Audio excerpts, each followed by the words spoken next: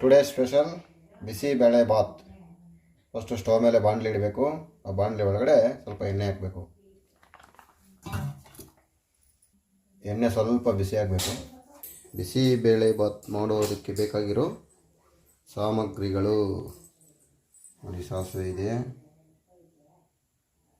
ಈರುಳ್ಳಿ, ಶುಂಠಿ, ಟೊಮೆಟೊ, ಸಣ್ಣ ಈರುಳ್ಳಿ, ಪುದೀನ, ಕರಿಬೇವು ಸೊಪ್ಪು, ಕ್ಯಾಪ್ಸಿಕಮ್ ಮತ್ತು ತರಕಾರಿ. ಮತ್ತು ಇಲ್ಲಿ ಅಕ್ಕಿ ನೋಡಿ ನೀರಲ್ಲಿ ಊರಾಕಿಟ್ಟಿದ್ದೀನಿ ನೋಡಿ. ಎಣ್ಣೆ ಚೆನ್ನಾಗಿ ಕಾದಿದೆ. ಈಗ ಫಸ್ಟು ಸಾಸಿವೆ ಹಾಕಬೇಕು. ಸಾಸಿವೆ ಬಕ್ತಿಗಳು ಹೆಚ್ಚು ಮಾಡಿಕೊಂಡು ಹಾಕಬೇಕು. ಕರಿಬೇವು ಸೊಪ್ಪು ಹಾಕಬೇಕು. ಚೆನ್ನಾಗಿ ಫ್ರೈ ಮಾಡಬೇಕು, ಕೆಂಪಿಗೆ ಉರಿಬೇಕು. ಈಗ ತರಕಾರಿ ಹಾಕಬೇಕು.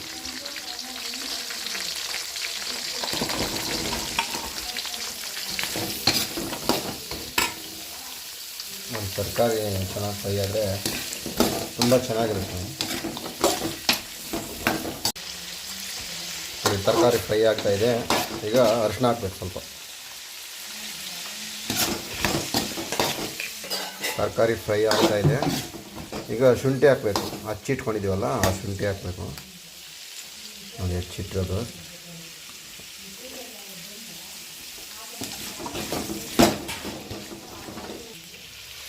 ಕ್ಯಾಪ್ಸಿಕಮ್ ಹಾಕಬೇಕು. ಈಗ ಹಚ್ಚಿಟ್ಟಿರೋ ನೋಡಿ ಕ್ಯಾಪ್ಸಿಕಮು.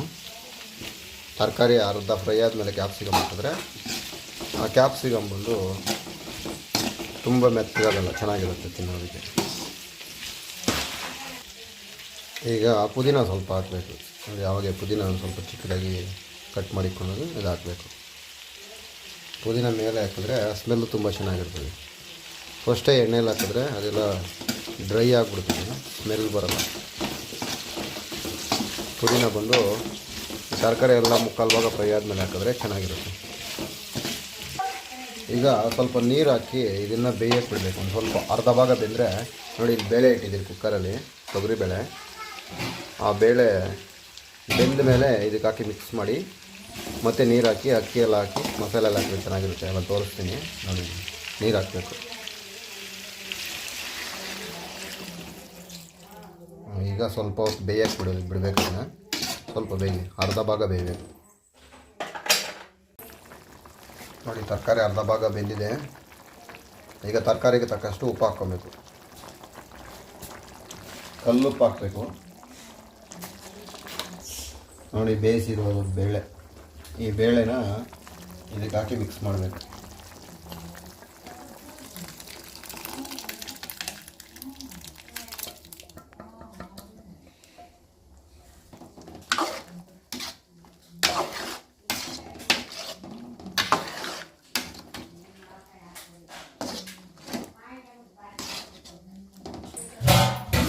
ಒಂದು ಗ್ಲಾಸು ಬೇಳೆ ಹಾಕಿದ್ರೆ 7 ಗ್ಲಾಸ್ ನೀರು ಹಾಕಬೇಕು ನೋಡಿ. 1 ಗ್ಲಾಸ್ ಬೇಳೆ ಹಾಕಿದ್ದೀರಿ, 7 ಗ್ಲಾಸ್ ನೀರು.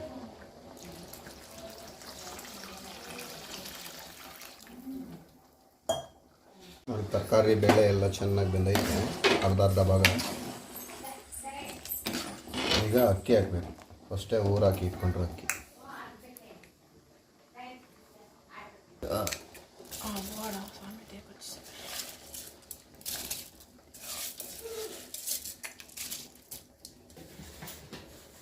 ಅಕ್ಕಿ ಹಾಕಿದ್ಮೇಲೆ ತಿರುಗಿಸ್ತಾ ಇರಬೇಕು ಆವಾಗವಾಗ. ಅಕ್ಕಿ ಅರ್ಧ ಬೆಂದಮೇಲೆ ಟೊಮೆಟೊ ಹಾಕ್ಬಿಟ್ಟು ಬಿಸಿಬೇಳೆಬಾತ ಪೌಡ್ರು ಹಾಕಬೇಕು ನೋಡಿ. ಸೂಪರಾಗಿ ಬೇಯ್ತಾ ಇದೆ. ಈಗ ಟೊಮೆಟೊ ಹಾಕಬೇಕು. ಹಚ್ಚಿಟ್ಕೊಂಡಿದ್ದೀನಿ ನೋಡಿ, ಟೊಮೆಟೊ ಹಾಕಬೇಕು. ಟೊಮೆಟೊ ಬಂದು ತಿನ್ನುವಾಗ ಸ್ವಲ್ಪ ಬಾಯಿಗೆ ಸಿಕ್ಕಿದ್ರೆ ಚೆನ್ನಾಗಿರುತ್ತೆ. ಫಸ್ಟೇ ಹಾಕಿದ್ರೆ ಎಲ್ಲ ಬೆಂದಿ ನುಣ್ಣಗಾಗ್ಬಿಡುತ್ತೆ. ಸ್ವಲ್ಪ ಧನಿಯಾ ಪುಡಿ ಹಾಕಬೇಕು, ಚೆನ್ನಾಗಿರುತ್ತೆ.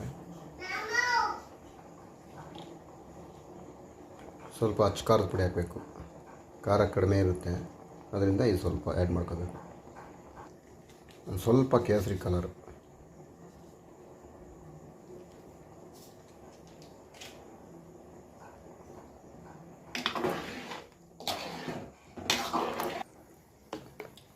ಒಂದು ಬಿಸಿಬೇಳೆ ಬಾತ್ ಪೌಡ್ರಿಗೆ ನೀರು ಹಾಕಿ ಕಲಿಸ್ಕೊಬೇಕು. ಆವಾಗ ಉಂಡೆ ಕಟ್ಟಲ್ಲ, ಅಲ್ಲಿ ಹಾಕಿ ತಿರುಗಿಸೋವಾಗ ಬಾಣಲಿನಲ್ಲಿ ಈ ಮಸಾಲೆ ಹಾಕಿದ್ರೆ, ಹಾಗೆ ಪೌಡ್ರು ಹಾಕಿದ್ರೆ ಉಂಡೆ ಕಟ್ಕೊಬಿಡುತ್ತೆ, ಕಲಸಿ ಹಾಕಿದ್ರೆ ಉಂಡೆ ಕಟ್ಕೊಳಲ್ಲ, ಚೆನ್ನಾಗಿರುತ್ತೆ.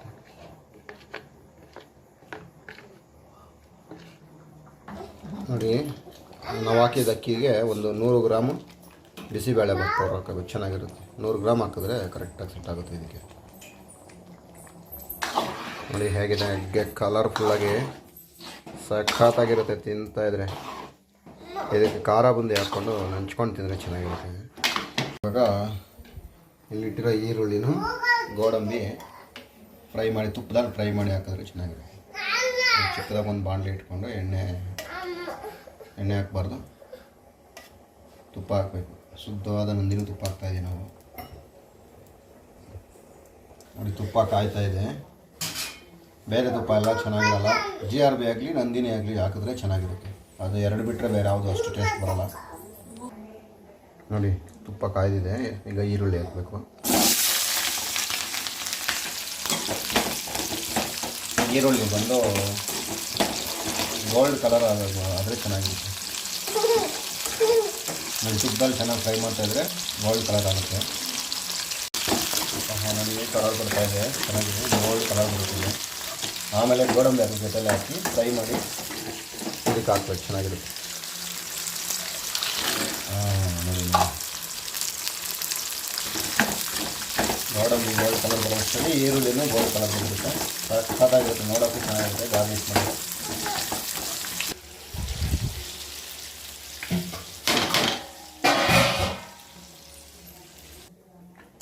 ನೋಡಿ, ಬಿಸಿಬೇಳೆ ಬಾತ್ ರೆಡಿ.